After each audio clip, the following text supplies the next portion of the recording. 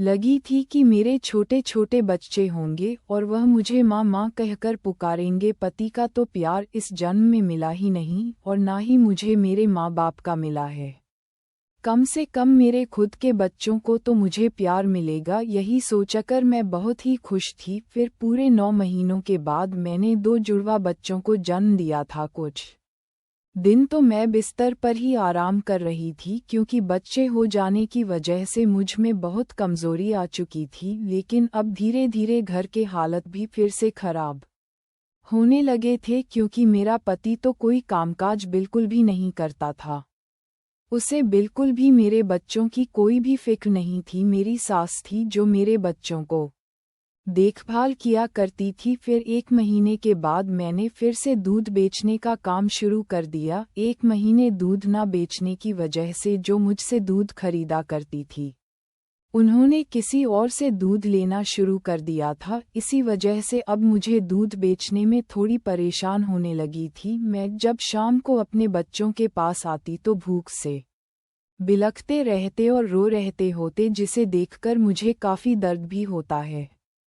मन ही मन में बहुत दुखी होती कि कम से कम अपने बच्चों के लिए भी कुछ नहीं कर पा रही।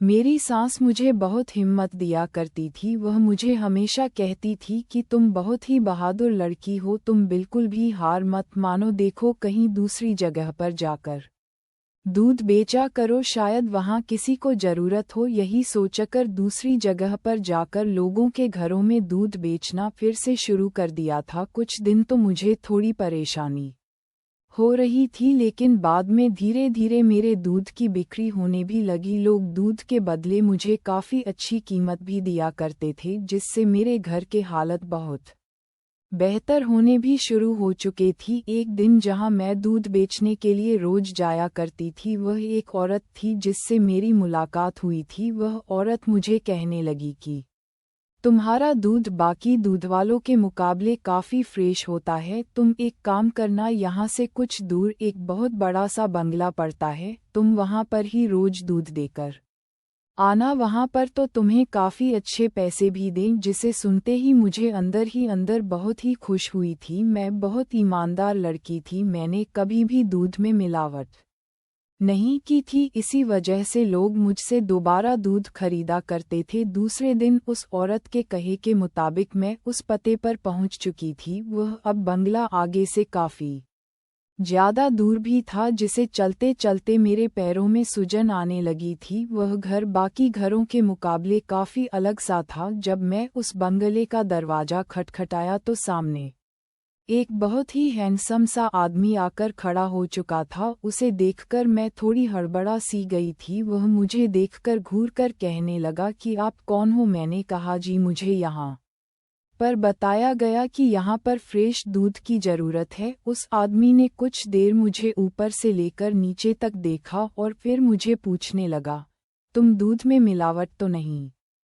करती? मैंने ये कहा कि नहीं नहीं, आप एक बार इस दूध को खरीदें, जब आप इसे खरीदेंगे तब आपको खुद पता चल जाएगा। फिर उस आदमी ने कुछ देर सोचने के बाद मुझे कहा, ठीक है, तुम रोज मुझे 1 लीटर दूध रोज दिया करो। दूध देने के बाद मैं अपने घर वापस आ चुकी थी। अब मैं बहुत ही खुश थी क्योंकि मुझे एक और जगह पर दूध बेचने का काम मिल चुका था। अब मैं रोज इसी तरह दिन रात मेहनत किया करती थी और रात को जब घर आती तो अपने बच्चों के साथ वक्त बिताया करती थी। धीरे धीरे मैं अपने बच्चों की ज़रूरतों को भी पूरा करने लगी थी, लेकिन मेरी ज़िंदगी में मुश्किलें कम ही नहीं थी। अभी भी बहुत सारी परेशानी आनी बाकी थी। एक दिन मैं उस आदमी के घर दूध बेचने के लिए गई। जब उसने दरवाज़ा खोला तो कुछ देर बाद ही अंदर से एक बहुत ही तेज एक बच्चे की रोने की मुझे आवाज़ आने लगी। वह आदमी भागता हुआ उस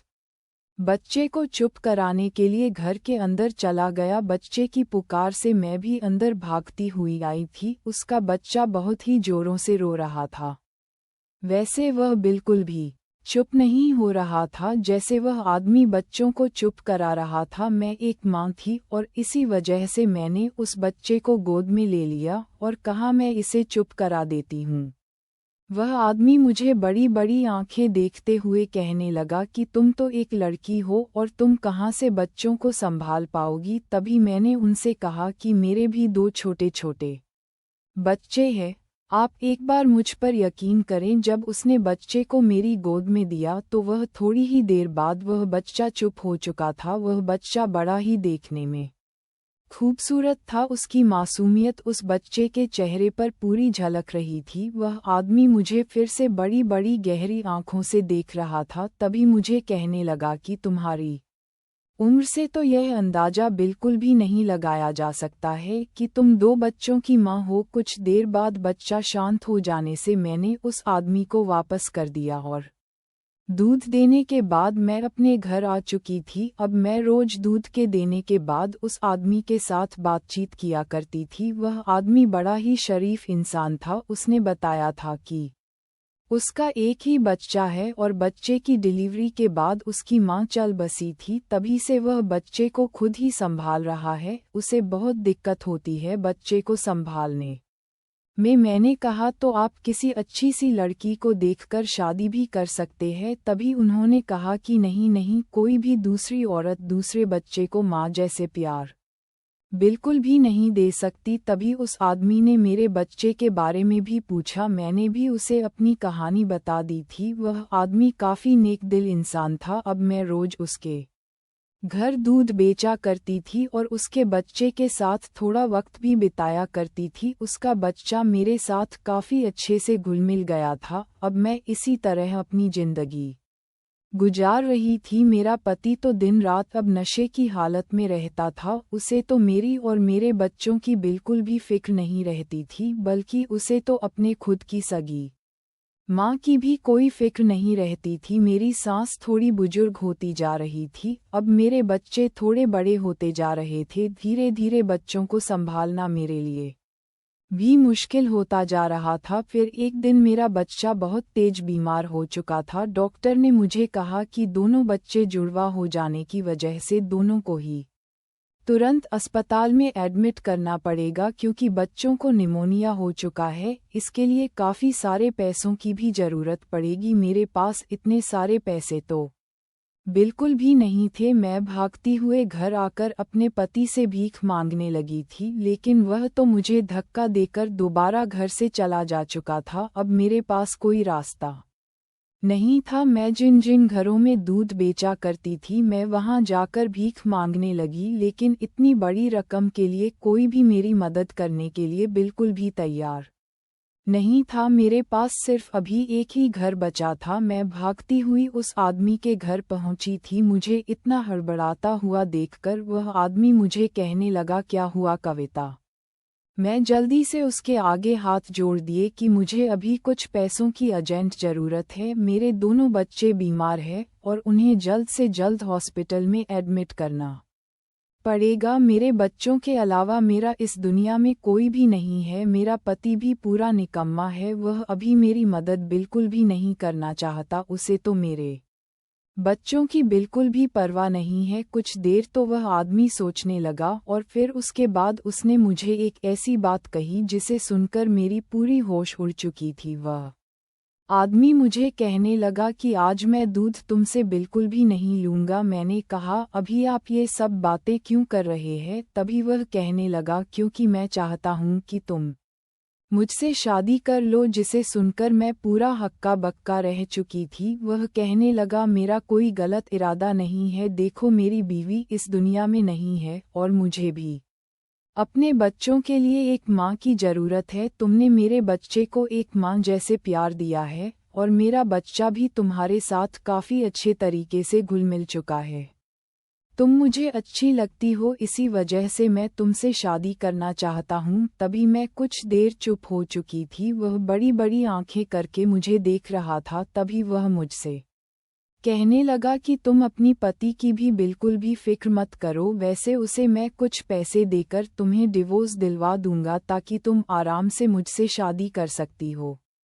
देखो, इसमें तुम्हारी भी भलाई है, क्योंकि तुम्हें भी पता है तुम्हारा पति कभी भी तुम्हारे आने वाले वक्त में तुम्हारे बच्चों के साथ बिल्कुल भी खड़ा नहीं रहेगा वह एक शराबी इंसान है। एक शराबी इंसान के साथ जिंदगी क्या होती है वो तो तुम अच्छे तरीके से जानते हो, और तुम कब तक ऐसे धक्के खाती रहोगी। मैं चुपचाप उस आदमी की सारी बात सुन रही थी। वह आदमी जो बातें कर रहा था वह एक हिसाब से बहुत ही सही कह रहा था। मैंने जब से शादी की है मैंने तब से कई सारे दुख खुद ही झेले हैं। मेरे पति ने कभी भी मेरा साथ नहीं दिया, उसने कभी भी मेरी ज़रूरत को नहीं समझा, और अगर आज मैं उस आदमी की बात नहीं सुनती तो मेरे बच्चों की भी जिंदगी का सवाल है। मुझे अपने बच्चों के लिए उस आदमी के साथ शादी करनी ही पड़ेगी। तभी मैंने उस आदमी की बात को मान लिया था। फिर उस आदमी ने मेरे कहे मुताबिक मुझे 1 लाख दिए थे, जो मैंने अपने बच्चों को अस्पताल में एडमिट करवाया। कुछ दिन मेरे बच्चों का इलाज चलता रहा और इसके बाद मेरे बच्चे बिल्कुल से सेहतमंद हो चुके थे। मैं वापस अपने घर ले आए। अब कुछ दिन बाद वह आदमी मेरे घर पहुंचा। उसने मेरे पति को 2 लाख दिए। उसके बदले में मेरे पति ने मुझे डिवोर्स दे दिया। उसने एक बार भी मेरे बारे में बिल्कुल भी नहीं सोचा था। मैं भी चुपचाप डिवोर्स के पेपर पर साइन करके उस आदमी के साथ कोर्ट में जाकर शादी कर ली। फिर उसके बाद मैं उस घर आकर रहने लगी। कुछ दिन तो मुझे बहुत ही अजीब सा लग रहा था, लेकिन धीरे धीरे उस आदमी के दिल में मेरे बच्चों को लेकर जो मोहब्बत था उसे देखकर मैं पूरी पिघल चुकी थी। वह आदमी सच में नेक इंसान था। वह मेरे बच्चों में कभी भी फर्क नहीं करता। उसने मेरे बच्चों को भी अपने बच्चों की तरह ही प्यार दिया था। जब भी वह शाम को घर वापस आता तो अपने बच्चे के साथ साथ मेरे बच्चों के लिए भी खिलौना लेकर आता। अब धीरे धीरे मुझे भी उससे प्यार होने लगा था। शादी हो जाने के बाद हमने एक बार भी सुहागरात नहीं मनाई थी, क्योंकि मेरे पति ने मुझे कहा था कि जब तुम चाहोगी तभी मैं तुम्हारे करीब आऊँगा। इसी वजह से मैं शाम को अपने पति के आने से पहले ही पूरे घर को अच्छी तरीके से सजा लिया। जब मेरा पति घर के अंदर दाखिल हुआ तो वह मुझे देखकर हैरान हो चुका था। मैंने सारे बच्चों को दूसरे रूम में सुला दिया। मैं अपने पति का हाथ पकड़कर उसे अपने साथ कमरे में ले गई। वह कमरे में आकर मुझे बड़े बड़े आंखें करके देख रहा था। उसके चेहरे पर हल्की सी मुस्कान थी। मैंने उसका हाथ पकड़कर उसे कहा, तुम मेरी जिंदगी में आए हो और मेरी जिंदगी बदल चुकी है। मेरे बच्चों को बेहतर बाप मिल चुका है। अगर तुम मेरी जिंदगी में ना आते तो शायद अभी भी मैं अपनी जिंदगी में परेशानियां झेल रही होती। इसके आगे मैं उसे कुछ कहने की वाली थी कि तभी मेरे पति ने मुझे चुप करते हुए कहा, जो वक्त गुजरा है उसे छोड़ो और जो वक्त है इसे अच्छे से एंजॉय करो। फिर हम दोनों ने एक दूसरे को गले लगा लिया और फिर हमने एक दूसरे पर खूब जम के प्यार भी किया था। आज मेरी जो जन्मों की प्यार